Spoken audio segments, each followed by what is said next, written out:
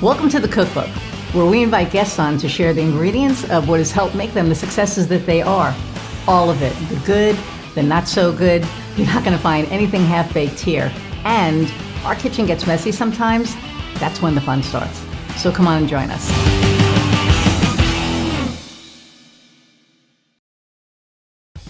Hey everybody, and welcome to another episode of the Cookbook. I'm your host, Iris Goldfeder, and I am so crazy excited about my guest today because not only is he a guest and becoming a good friend, he is also our very first sponsor, Inovia Behavioral Health. I am crazy excited about that and very fortunate and blessed and grateful because I know that people don't get sponsorships for a while. So I'm very happy about that. But I'm going to read his bio and then bring him on. And I know you're going to think he's as amazing as I do. So Lucas Catton has worked in the behavioral health field for more than 2 decades with facilities and group practices around the country. He has helped establish and grow multiple programs and has served as a consultant and strategic advisor for many others. His vision to create affordable, accessible help to assist everyday people lead happier, healthier lives continues to shape the future of Inovia Behavioral Health. So without further ado, let's meet Luke. Hey, Iris, how are you doing? I am wonderful. How are you? I'm doing really well. Thank you so much for having me. I'm looking forward to this conversation again. Yes, I know. We tried this last week, so second time will hopefully be a charm. We had massive technical issues last week. His internet went down. I was completely off. I was not on because I had some crap happen the day before. So I think we were meant to redo it. So it works out. It works out well. But it was funny because, when you sent me the email yesterday, I was literally sitting there, I picked up my phone, getting ready to, send you a message, and there you were. And I was just like, all right, come on now. So, I love the when that timing happens. I know, me too. It's a good synergy. So, Inovia, behavioral health, and I'm actually glad too that we did get to do this over because I got to look into it more, and it is so awesome. And what I really like is that when you click on, and I'm going to explain this all to you guys or to everybody as we go on, but when you click on groups, it actually shows what's going on that week. So I like that because it's not like, people have to look at the next 10 weeks to see what's on. They see what's happening this week. And if there's something that, speaks to them, they can join it. But how come you only have 1 week at a time? They're mostly recurring every week. So that's like an example of what a weekly schedule looks like. And we continue to repost that week after week. And if there's any changes, then we update them each week. But for the most part, those same groups show up every week. So if people wind up joining a particular group that they really enjoy, they know that, barring any necessary changes, that they can count on that happening at that time, at that day, week after week, and continue to come back and get that same source of connection and purpose and fulfillment and help. Well, speaking of which, why don't you tell us what Inovia Behavioral Health is about? Absolutely. So Inovia is a prevention and maintenance organization. And what it was designed for is that, all of us need help and support in our lives at some point. And whether we're going through a difficult situation or we're needing encouragement and support for something moving forward, and really anything and everything in between, it's designed to be able to help walk with people throughout life and providing support for that. And how that looks for us is we have a wide range of educational, experiential, and therapeutic support groups that help target different things that might be stressful or things that can be enhancing for our lives, so that when people start to feel better, like that's our tagline, is to feel better. And when people start to lead happier, healthier lives, they show up in the things that they do or that we do. We show up better in our relationships at home and at work and at school, and in our relationships with our We are naturally kinder for things and less irritated. We perform better in so many different areas. And so that's what our goal is how do we take a cross section of society, provide various levels of support, and so that that people can have connection as well. You realize that you're not the only one going through something, that there's somebody else who's doing it and experiencing that also, and all led by live facilitators who are expert in their topics. Which is fantastic. And, it's the fact that this tool, because it is a tool, right, is out here, I think is amazing. I think one of the things that I find interesting is, you can lead a horse to water, right? But you can't make them drink it. And when you have all of these resources that you have on here, it makes me, want to, there are like a lot of people I know that could use it, and just be like, go here and do this. But, a lot of people don't realize that they need the help. They don't realize it. And I know that you've dealt with intervention and stuff like that before. How would you suggest somebody, like if I know somebody who I know is going to get a great benefit out of this, but I know that they're really resistant to thinking that they need help or admitting it, how do you guide them towards that? Is there a way to, in your mind or in your opinion, and I'm just going to say these are not medical, this isn't medical advice or anything like that. I want to put a disclaimer out there. I'm not a doctor. Luke's not a doctor. This is just, conversation on, how do we guide people to that path of help that we know are resistant to it? I guess that's the best way to put it. Sure. Yeah. And I think that's, as we continue to widen our offerings, it's really about meeting lots of different things that people could use. So we have health and wellness groups, for example, from functional nutrition to supporting your body through stress, to even like stretch and strength workout type stuff, and yoga classes and all sorts of things. So it's not just about when we're in times of trouble or when we're in times of high stress and need, but it's also enhancement. So that's really where we come in, is that, you may not need this now, but you might experience the loss of a loved one in the near future, which unfortunately we all experience. That's part of being human. And so we have a grief and loss support group if and when that time comes up.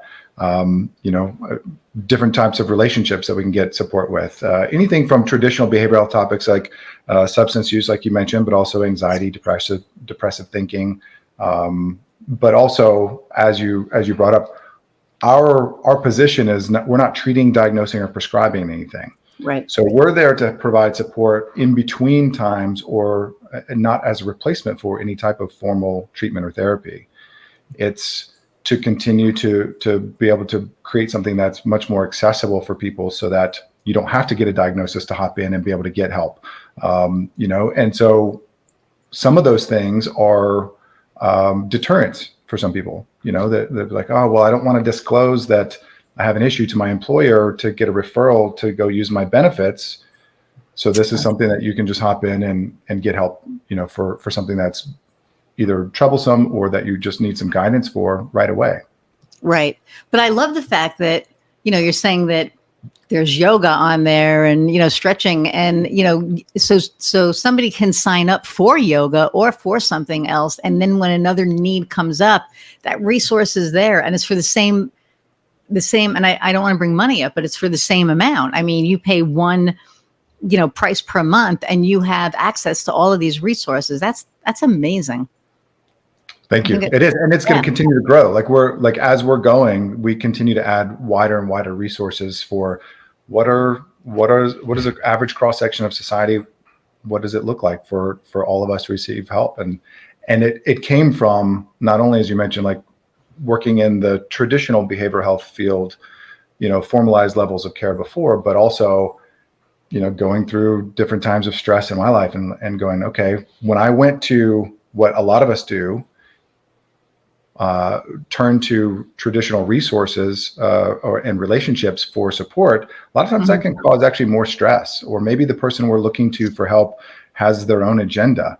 There's Yep. some things that you can work with your significant other on, and sometimes they're going to want something for you based on what they want, not necessarily what you need to make a decision for in that time, or a family member, or maybe it's too much stress on the relationship and there's really should consult an outside person for some assistance. Right. There's lots of different things. So being able to have an unbiased third party who has no other agenda for you other than when you show up, that someone is there to assist you in their expert topic, as you are. That's pretty powerful. Yeah. And, it's funny. I was talking to my mindfulness coach about this today, actually. And when I remember when I realized that I needed mindfulness, it was like she was there.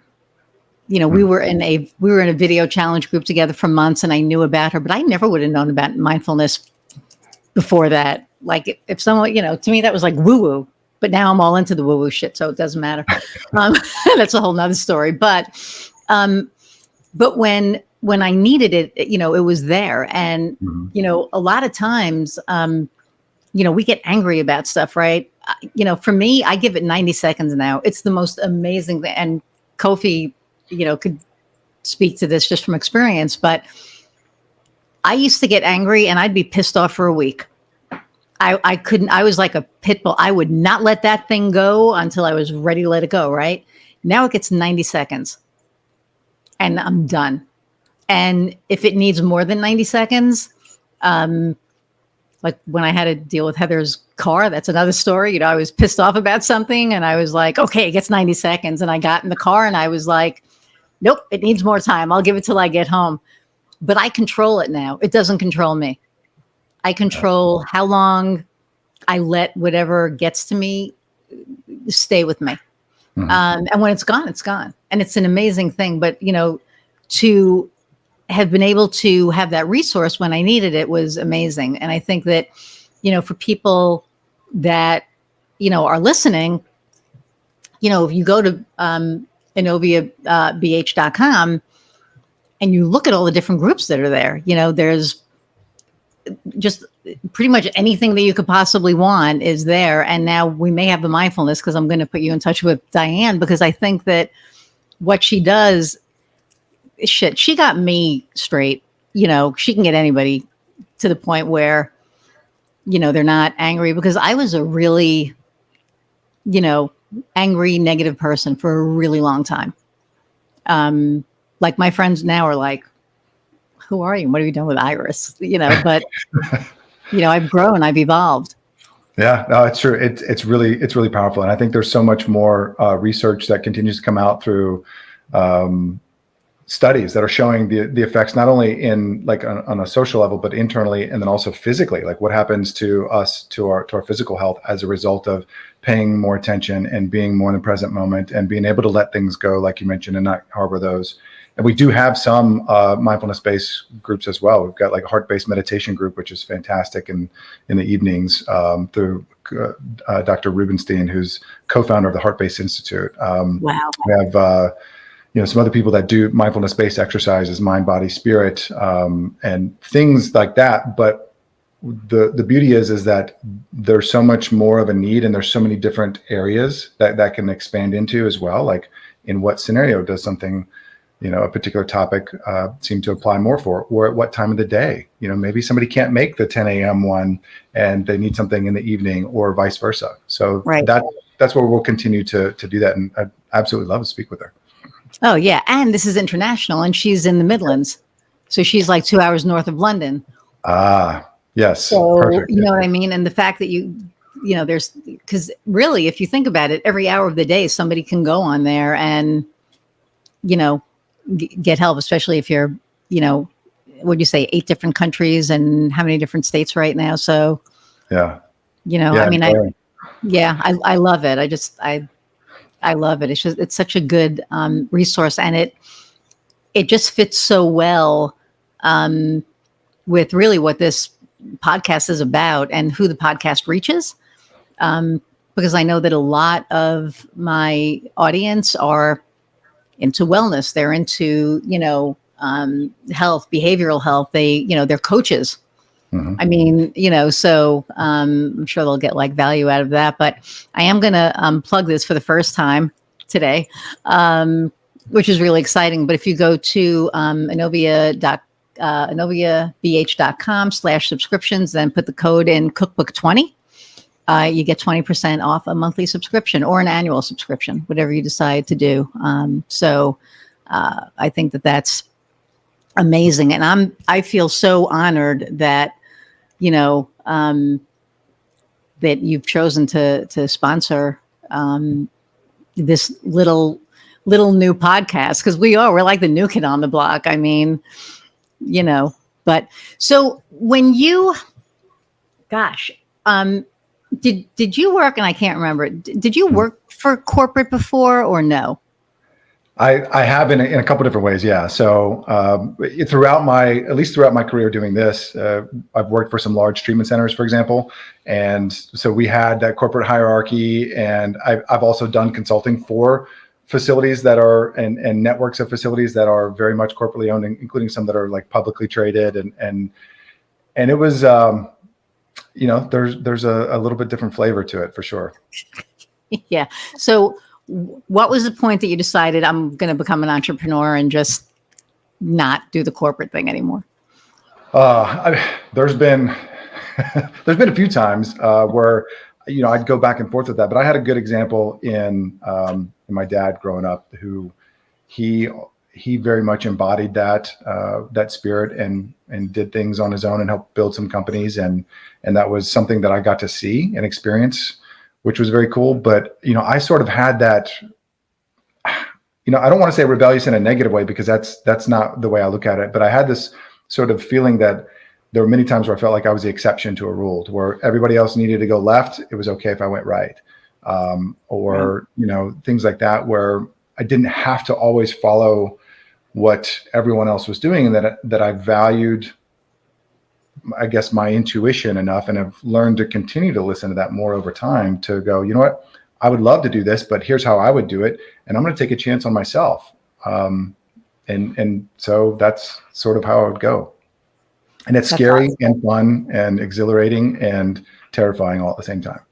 It is. I remember the first time I did it because I wanted to. The second time, which is gas stove, I did it out of necessity. It was like I got fired from a certain cable company. And it was weird. It was because, I wouldn't conform. And I'm a nonconformist. I don't believe in, following the pack. And I think that's, I think we have an entrepreneurial spirit. You have to have that spirit, right? And I think at this point, right, we're all unemployable. I was talking to some friends at lunch today. I'm like, I could never work for somebody again. They'd be like, do this. I'd be like, screw you. You do that. That's not what, I mean, there's just like, no way. Or I'd be like, why are you doing that way? It's questioning, right? Yeah, exactly. Exactly. Right. So everything happens for a reason. I really, believe that. So, but what I find really interesting is that especially from where you came from, because there must be a hell of a lot of red tape and a lot of, hoops that you have to jump through in that field to get things done. So I can definitely see it being like, yeah, we're going to do it this way. So for somebody who is either thinking about becoming an entrepreneur, or they, like me, out of necessity, they're trying to figure out what to do. What advice do you have for somebody who's in that position? I think a good litmus test is checking your risk aversity level. Like, how risk averse are you in general? And if you really lean heavily toward the security side of things, and that, that too much risk it gives you too much anxiety, maybe it's not for you. That, maybe there's something a little more secure or stable that way. But if you get a good level, a healthy dose of anxiety when you think about going out on your own, or bringing your vision to light, that kind of thing, and you're okay with failure, because as we know that, nobody has 100% success rate in in doing this, and we all have failures along the way. And if we're afraid of failing and that's our reason for not doing it, then no, that we're not entrepreneurial in that regard. We're all afraid of failing, but if the notion of failure isn't enough to impede us, and in fact is a challenge, and realize that there's something that could be learned if there is a failure along the way, and that you have this drive to go, no, I really need to see this happen, then, and your risk aversity is not as high, then you gotta go for it. There you go. And I always say failure, and I know there's a saying, and I always screw it up. I think it's first attempt in learning, right? So we really don't fail, we learn. And when we don't learn, I'm not going to say we fail, but it's like, insanity is making the same mistake and expecting different results. But if you learn from it, then it's a lesson. And, I think that we have to learn from, God, I don't even know how many times, I can look back on something and be like, oh my God, what was I thinking? Like, why did I do that way? But I've learned, and I know, that didn't exactly work the way I thought it was going to do. I probably shouldn't do that again, and there are times where, that mistake that you made, that road it's very familiar. So you're almost about to go back down that road. And then you're like, no, wait, that didn't work last time. Let's try something, different this time. So, but yeah, and I think a lot of people, there's also like like not a miscommunication, I can't think of the word right now, but they think that they're like, woohoo, I'm an entrepreneur.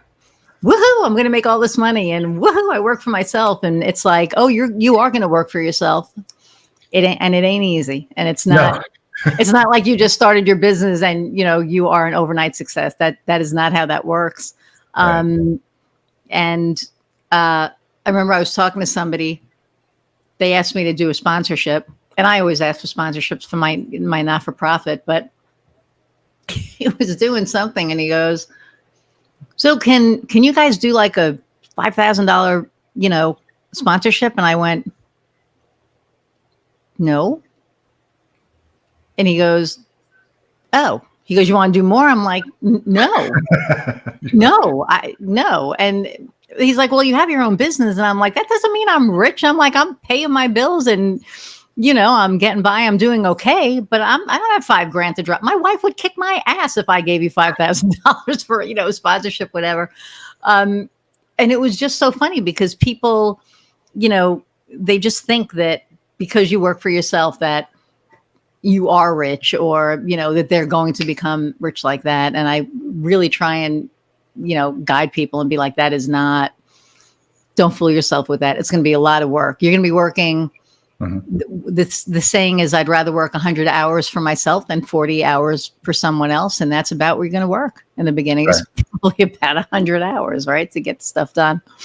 Yeah. And on startups, like that's one of the things that I've enjoyed myself is like, even as a consultant and helping other people start businesses and helping their like sort of bring their ideas from just an idea to actually a stable money-making business on their own. That was part of that creative process that I love, but I'd always have to caution everyone, like, look, you're probably going to be working X amount of days, weeks, months, or years, basically for free. So you need to make sure that you have enough, that you want this bad enough that you're willing to work for free while you're paying others to work with you or for you as well, until you can see this vision come through. And because a lot of times it is that. And right. People don't realize how much sacrifice goes into that.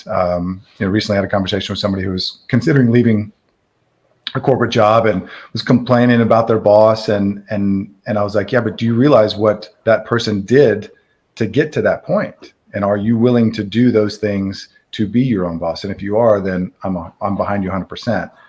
But if you're not, then maybe you're not as ready for doing your own thing yet, Right. And that's the thing. I mean, you really have to have that mindset of, this is going to take a little bit, and it's going to take a little work. You were while you were talking, something went through my mind.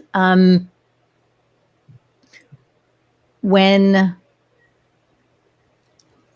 you first started, did you have that safety net, or did you just go, I don't want to do this anymore, I'm just going to do this thing?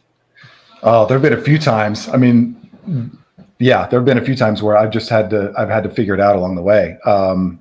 With Inovia, I'm so all in on this because I feel like this has been literally 2+ decades of experience and work to go. This is where I feel that I have been called to be doing this at this time, and I love seeing this come to fruition. But other points in times where I've started other businesses and things, there was not a safety net in most of those things. It was like, oh shit, now what? And figure it out, because I was determined to do that. And there's a couple of them. There was another time where I did have a safety net, and it was great. However, that didn't always make it to where I had the same sense of urgency as well. Like, if there's not as much of a safety net there, then you don't have a choice but to figure it out. Right. If you've got a really big cushion, then, the stakes aren't as high. Yeah. And you're right. That sense of urgency isn't there. I mean, I think like the last year for me for Gasto was a very big sense of urgency, and it made me look at things completely different. And not that I had any kind of a cushion when I first started it, because I didn't. And then I had shoulder surgery. So we started it 9 years ago. The first 6 months were unbelievable. People were like, oh my God, you're doing your own thing. This is amazing. We had like clients I can't even tell you. And then in January, I had to have shoulder surgery, and I was down for, I want to say about 5-6 weeks. And my pipeline disappeared, gone. Yeah. It was like, I would call people, and they were like, couldn't get hold of you, didn't know it was. And I said, well, I told you I was having surgery. Well, yeah, but they don't care. Not to mention I was high for the entire month, because my wife really reads directions really well when it comes to, it's like every 4 hours do this, then after a week, every 6 hours. So I had no idea what was going on like that entire month of January.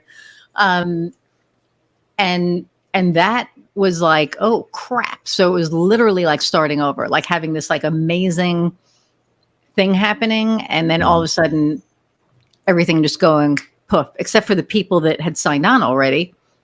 But there was nothing new coming in. So I had to like really bust my butt. But this year, the really interesting thing was the way that as soon as my mindset changed, that,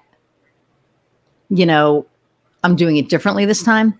I'm not just going to work with anybody, because not everybody is the right client. I mean, as much as, you're like, oh yeah, I'm going to work with everyone and help everybody, you can't. Right. And so I don't work with people unless I know that I can 100% help them and get them results. And that changed everything. It completely, where in the beginning it was like, okay, I'm going to work with you. I'm going to work with you. I need the money. We have to build our coffers up, whatever. And this time it was like, nope. And Skylar agrees, nope, we're not going to do it that way.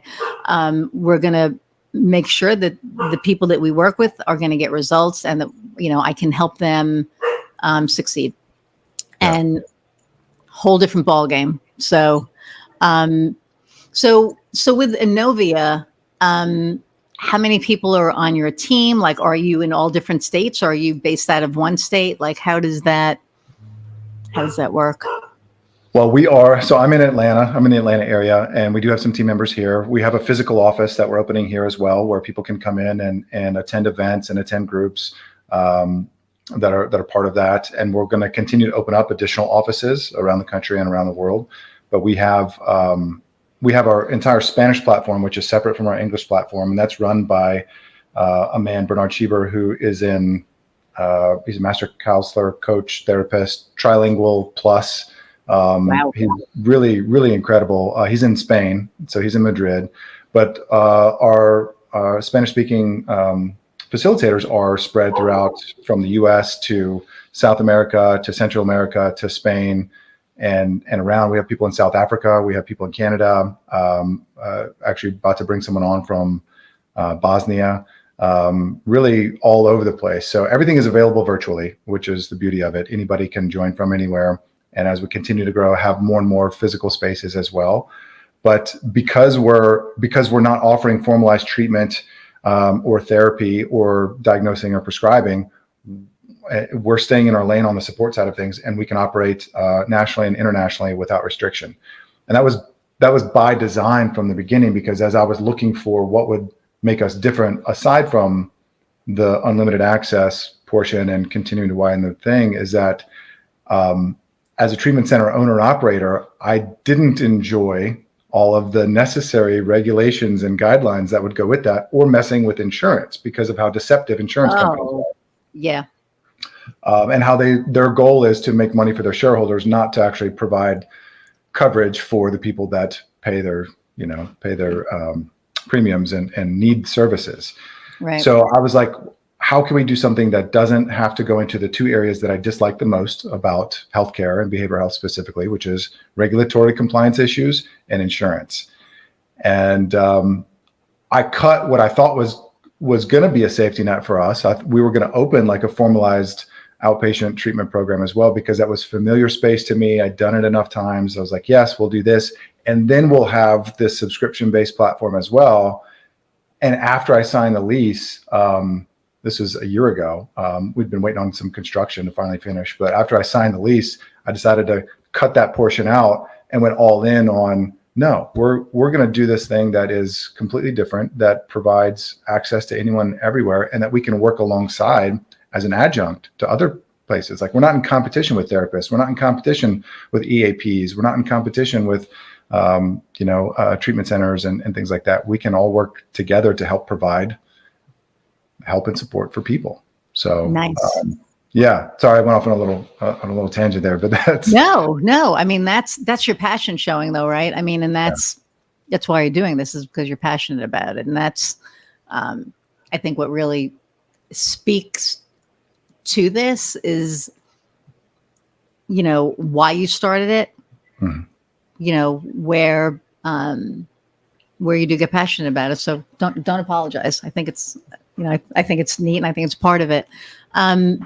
But I love the fact that, because nowadays everything is remote pretty much. Mm-hmm.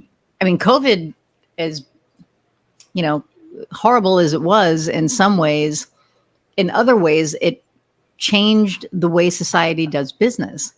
I mean, it really has. Everything's been like, where you had to have in-person meetings now, or if you had to have a meeting with somebody out in California, you could just Zoom, save the money on the airfare and Zoom, unless it's like something, like a new client or something like that. You don't have to do it anymore. You could do this, you talk to somebody in Hawaii. I have a friend, 2 friends in Hawaii now, speak to somebody in, Bali or wherever, and it can all be done this way. So all of these, groups that you have are virtual. Mm-hmm. And it's just, it opened up a whole new world.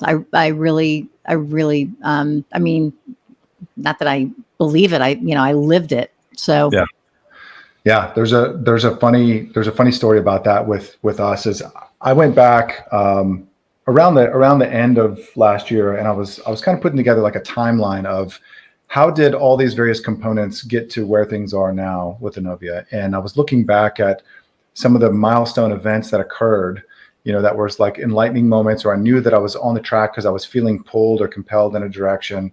And there was a treatment program that I co-founded here in Georgia, and we had decided to start offering some virtual services back in 2017, 2018. And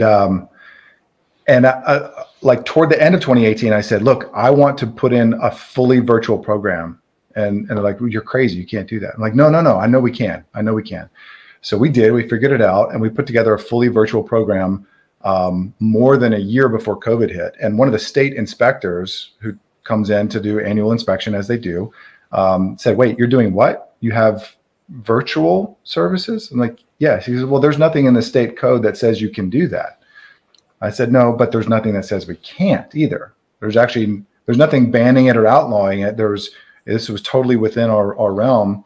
Fast forward 14 months later, March of 2020, everything starts to shut down, and I'd already exited, successful exit at that point. But my previous co-founders, all they had to do was send out one email to all the clients. Tomorrow we're going fully virtual. They didn't skip a beat. Meanwhile, the entire rest of the industry was scrambling to figure out how to put together virtual services for themselves. Wow. And so you were ahead of your time. Yeah. And it was just one of those, I don't know, it was one of those lucky things. It was learning to go back and like paying attention to that, and some other things were part of what I said, that like building this, I guess, greater sensitivity or inner paying attention more to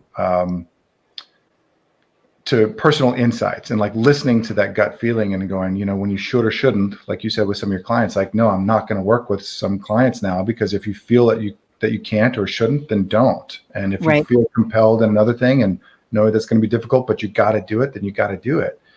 And there were so many times where I've not paid attention to that gut instinct or that inner, wisdom or insight, and realized, oh, that's when I saw some issues that wound up sinking something or becoming and other times where I did listen to it, where it was successful, I go, I really have to pay attention to that more now.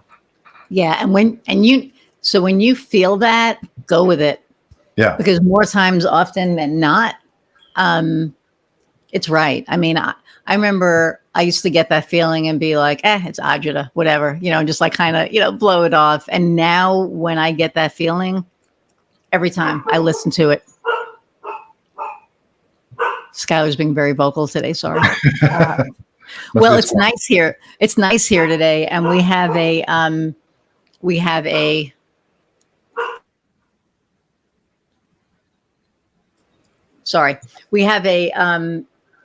like a skinny window that has like a curtain over it. And so she walks over to it and moves it over with her nose, and she sees all the people walking their dogs or doing, whatever, playing outside. And so she's like just sitting there like, like this right now, and being vocal. But hang on a second. Kof, we're going to have to maybe not.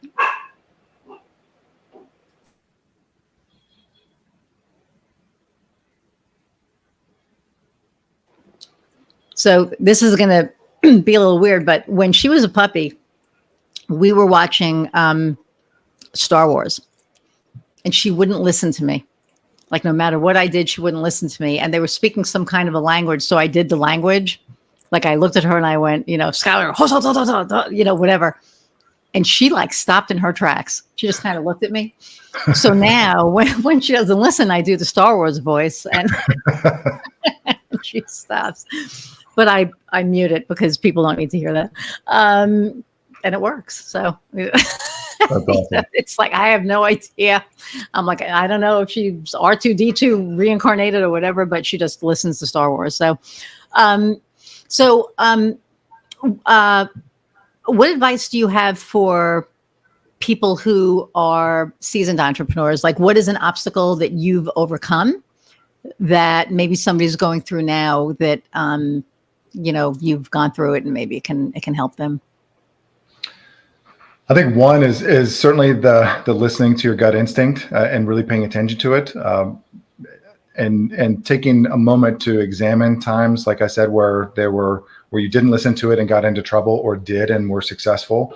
That would certainly be one. Another one, that depending on the scale that you're going for, or what type of business that you're going, is to really take a look at partnerships, like whether or not you're going to take on a partner in your business, and of what percentage of ownership, and then also capital. I have a newfound appreciation for having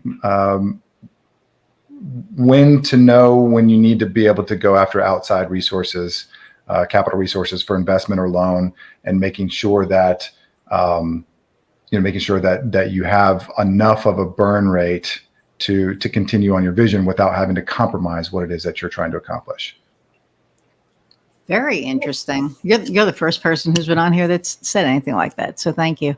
And it's hard because, when you're looking at that, do I need a loan? Do I, how do I move forward?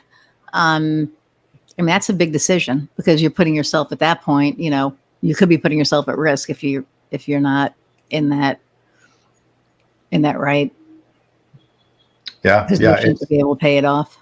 It's tough. I mean, it's a big gamble for sure. I mean, coming in, in behavioral health, there's a lot of venture capital and private equity money that goes into this, and it's been very eye-opening to see sometimes how much money gets dumped into what I perceive to be not worthwhile, or, granted, that's just my own assessment of whatever new startup is out there or whatever, or to see things that come down further down the road and realize that, if you can, depending on what your really goals are as an entrepreneur, if you can go as far as you can on your own, this is good advice that I've received too from someone, is go as far as you can on your own through your own resources before going into institutional capital.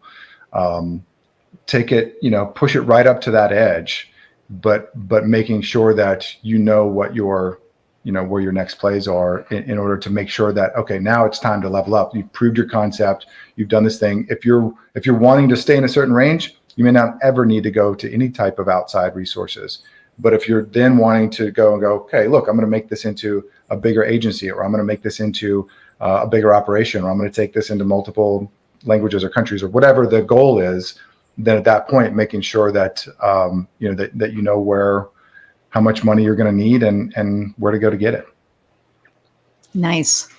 Yeah. And it's funny because with this, new iteration that I have, I'm actually looking at doing programs. And that was never on my radar before, ever. I have one coach saying, well, you should do a VIP day and then, do like a group program and then, then do the VIP day. And I was like, huh? Well, it was very foreign to me, but the more we're talking, the more it makes a lot of sense because I do have a lot of, experience to pass on. And I do have a lot of, good advice and, marketing strategy and all that. So made sense. So that's one of the things that, we're working on now, but I never would have thought, of it if I didn't get a coach. One thing I would say is don't be afraid to get a coach. I was very resistant about that. Not because I knew everything or that I thought that I knew everything, but I didn't know. I guess I didn't know what I didn't know. Right. And then, coaches became my clients. And then I was like, okay, there's the value. I get that piece. So now I'm working with a coach who's helping me to put programs together that, every time we meet, I just kind of, giggle. And she's like, what? And I'm like, I just never thought I'd be doing this. This is not, what I thought. And I think that depending on the business, there's different revenue streams. Mm-hmm. Like we do marketing, we do marketing strategy, podcast production, video production, website development, everything that goes along with that. And that's one set of clients. And then we have, another set of clients that, I do strategy sessions with. And then now there's going to be this new, section. I just never thought that I would be there, and I wouldn't if I hadn't been like, okay, I'm going to go talk to a coach. And so that really opened up a lot of things for me. So getting back to Inovia, because I really want to touch on that today. I really want people to really, understand. So the services are therapeutic coaching and support and prevention and maintenance. And so, I love you are not your diagnosis. I think that is so huge. And, feel better. But there's so many different, groups, and you also have individual sessions as well. We do. Yeah. If people need them, then we do. There's, we have peer support specialists, we have coaches, we have counselors, and we have therapists. And these are all our facilitators for our groups. And in the support realm, they can all be expert in their particular areas. If someone wants an individual session, then some of our team members can offer individual sessions. If it's a therapy session specifically, then we have to adhere to, therapeutic guidelines within that person's own licensure. So we usually say if somebody wants to find their own individual therapist, there's plenty of services out there that can help you find a therapist that works with your insurance, for example, or something. But and some of our coaches and therapists will offer services off our platform as well. So they'll do groups with us, but then if you want to see them individually, then they'll do it elsewhere. But certainly some absolutely are available for individual sessions through us as well. Yeah, which I think is awesome. And I love, the whole, mental health aspect of things. People weren't really paying attention to that not too long ago. And I'm really going to say probably before COVID.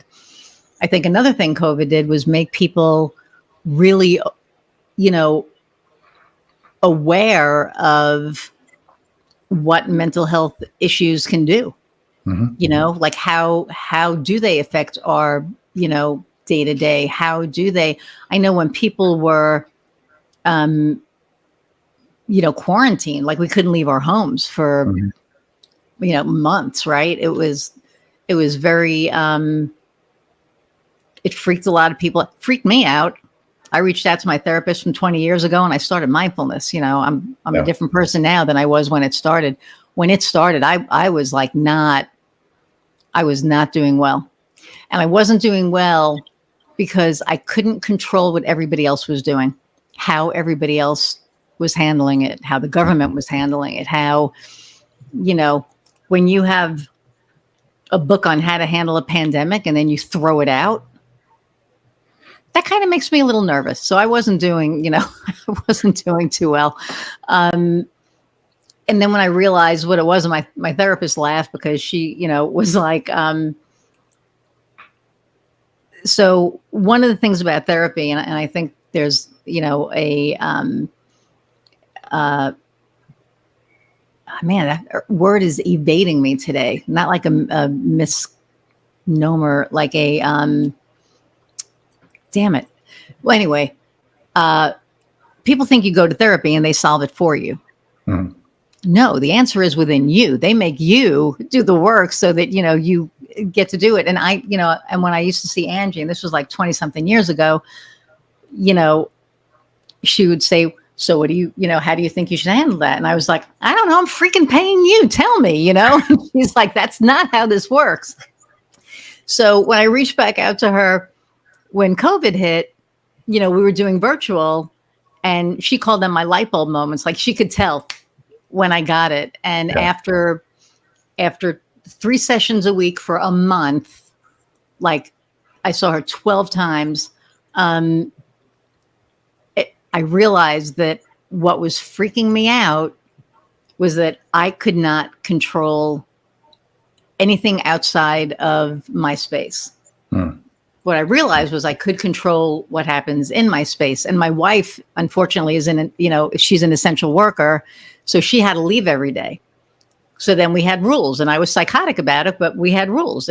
Okay, I probably used that word wrong, but I was very intense about it. It was like, before you even come in the house, take your clothes off, throw them in the washing machine, go upstairs, take a shower, and then come into the common space because, she works in a steel mill. There's only a certain amount of safety that you can exercise there, right? Because you're working with steel. So it took me a while to get over it. But when I finally did, I was like, okay. So I was fine, controlling my thing. I was like, we need to move into a bigger house because where we were, it was a smaller house, but our backyard was against like not a major road, but major enough. And I was like, not doing it. So we moved. Now the woods are our backyard, and it's all nice. But it was really, really stressful. And I'm so grateful that she was there for my mental health, and my mindfulness coach was there. But I think a lot of people that I spoke to really started focusing on mental health. Employers started focusing on mental health. Mhm. The Yeah, mental health of their workers. very Some much of them so. are like, you have to come back to work, and they're like, I'm not coming back to the office. If you don't, then you don't have a job. I mean, so it was interesting. There were a lot of different interesting things that happened during that time, and I'm glad that we're pretty much out of it. I mean, Yeah. it's still there, but it's not as as rampant, and not that it's not as dangerous, but I think it's more controllable now. Speaking about going on a tangent, that was my tangent for the. No, you're good.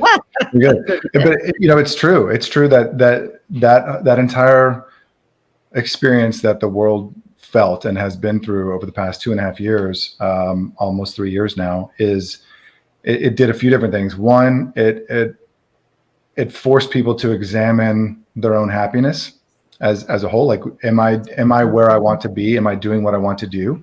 And that caused a lot of shakeup.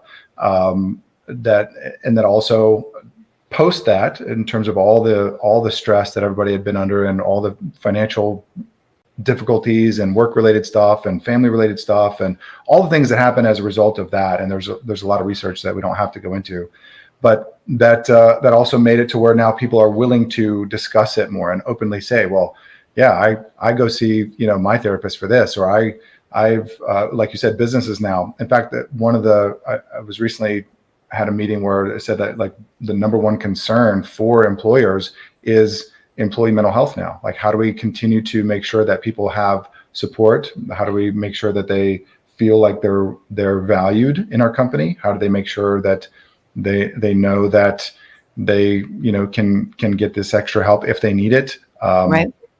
And how to make sure that people are also productive. Because if you don't pay attention to it now, then they realize that they're going to have higher turnover, because people are going to go to other companies that do, or they're going to do other things that allow them to to have a better handle on their mental health as a whole. And Right. and so it becomes this thing that's now out front that people are able to discuss more openly.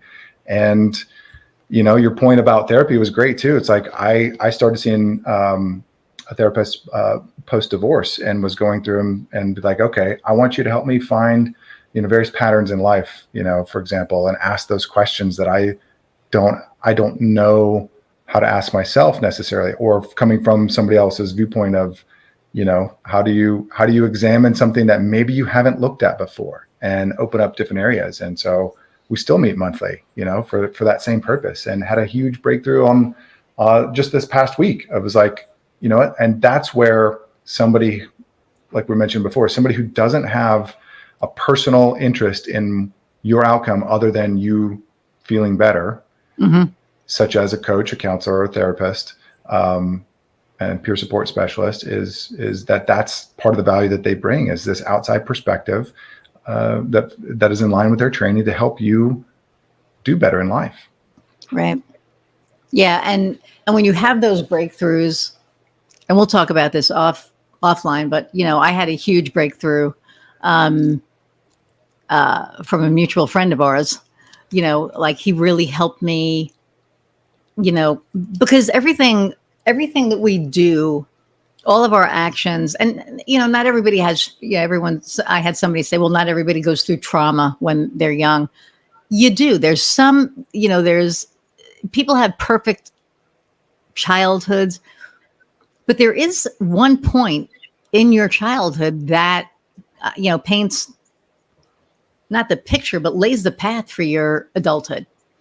And if it's a traumatic thing, and you don't address it, it will continue to manifest itself in ways that, maybe aren't that good. Mm-hmm. And if you haven't had a traumatic experience, and you've gone through. I still think that there's always one pivotal point in our childhood that just kind of does it. And he helped me realize, I was abused. And how did I react when I was abused? I ran away. And when I realized that, I looked at every single decision that I made in my entire life. And it was from that moment. What did I do when things got rough? I ran away. What would I do if I was in a relationship? Well, everybody always leaves me, because there was that also, right? So everybody always leaves me. So I'm going to do something to make them leave me first. So it was like all of this stuff. And to be at the place now where I can look at it and everything makes sense. It's like every single decision I've ever made makes sense. And to know I don't have to do that anymore. I don't have to run away. I don't have to push people away. I don't have to do any of those things, because, I went back to that 7-year-old and it was like, hey, you're going to be okay. You are loved, and I got to kind of go back and, kind of give her a hug and tell her I love her. And, it's going to suck for a while, but it's going to be okay. And it was huge. Yeah. It was, and it changed. Like I said, it changed everything. It changed the way that I was looking at things, the way that I was allowing people to treat me. All of it changed. And, actually over a year later, I'm a different person, completely different person. And it's awesome. So it's very, very freeing. Yeah. Oh, that's fantastic. Yeah. And people shouldn't be, ashamed to, and I think you're right. They're not anymore. They're not ashamed to talk about it anymore. They're not ashamed to admit that they need, help anymore. Of course there are some, I'm good. Right. I don't need anything. Right. Fight through right. it. Some of the messaging that we've received, especially in a lot of like male dominated circles, that's the reaction is suck it up, and some of it comes from like World War II era, where that's just, people coming back from war or coming back from Vietnam. And when a lot of these things that were put in there, and then also from an educational standpoint, we get into a whole lot of social things, but you're right that everybody experiences things in their life, especially as kids. And like from a trauma perspective, whether they call it like a big T or a little t, like really big significant events or a series of smaller events that add up over time, but that all have traumatic things that occur in our lives, and the trauma itself. And I'm not a therapist, but the trauma itself, that is, it's more about how we respond to it. Like you said, like your realization, your insight that occurred through that process, and what you didn't change what happened. It changed how you now respond to it. 100%. Really good. People who are really well trained in working with trauma that can help people address that are just incredible. So I think that's really cool. Thanks for sharing that story too. Oh yeah, no, he and I remember when, well, him, and his style too. So, he's like, don't be a dumb fuck. Think about it, stop it and think about it. And I'm like, oh my God, really? Which is but a little bit unconventional, but yes. Yes, it is very unconventional. Don't try this at home, kids. But it was just the relationship that we had. And anyway, we'll talk about that another time. Yeah. It was just like so funny. But so I know that, Inovia is this like great thing, and it's growing, and, it's this amazing platform. Why would somebody choose Inovia as opposed to a different platform? The biggest reason is because there's nothing else like this in the world that offers such a wide variety of resources for people to experience live connection in a time where you need it, to where you're not confined to just one path or one track or one person that you're working with. You can try out different groups and you can find different connections, and especially at different points in life where you might be experiencing different things you need assistance with. So that's really the main thing, is that, life changes for everyone, and we all have different experiences along the way. So why not participate in something that can help fuel when you're doing well, and then help lift you up when you're feeling down, and whether you're coming in at a higher level or a lower level, it's all being progress and help, and it doesn't have to be like, oh, I'm joining this because I have such and such diagnosis, because we don't look at that. We're looking at, these are the topics, how can we help provide support? And when people need that, then we outsource and refer, like, hey, look, here's a wonderful referral for a therapist, or for a treatment program if that's what's needed, or for an EAP if you need to speak to someone work related, or for these other resources that just aren't what we do, so they can come in and not have to go through those same barriers, and it's at will. So if you want to attend, if you got a week off and you want to attend 40 groups that week, then have at it. If they fit for your life at that time, we're not going to restrict that. Right. And that's amazing. And, I'll say another thing is that, other programs, charge per program. Right. And you don't. You charge per subscription, and that subscription includes all the programs. So you can get all the things, that you want in one spot for one. I think that's amazing. I mean, that's just, the fact that you offer that is just phenomenal. So again, I'm gonna, say, InoviaBH.com/subscriptions, and then use the code Cookbook20, and you'll get 20% off your monthly subscription. And your monthly subscription opens you up to just a plethora of services for wellness. So check that out. And then just check out InoviaBH.com just to really learn more about it. And yeah, so thank you so much for taking the time again to do this again. And then the last question that I always ask all of my guests is, what lights your fire? It's great. I knew this was coming up, obviously from before. So I'll say what I said before, but also there's one other part that I wanted to add. The way this came about, what is having people feel better. Like, that's always been a thing for me that I've even noticed as a little kid. Like, I just enjoy when people are feeling good, and from an energetic standpoint, you can tell when you walk into a room and the air is very thick or heavy because there's something wrong, or when the air is very light because people are in a good mood. And feeling better, I think, is something that we all deserve. And so that is something that really lights my fire, is people feeling better. Totally opposite from that is real estate. That's what I said before, is I love real estate. Like, if I have the number one time waster that I have is looking at real estate online, and it's ridiculous. That I do this. But even as a little kid, like, I'd walk in and walk through new construction and point out things from floor plans and stuff like that. But I also get to do it like on the business side of things. Like, I get to do floor plan stuff for space planning for businesses and facilities and offices, and I just love everything about real estate.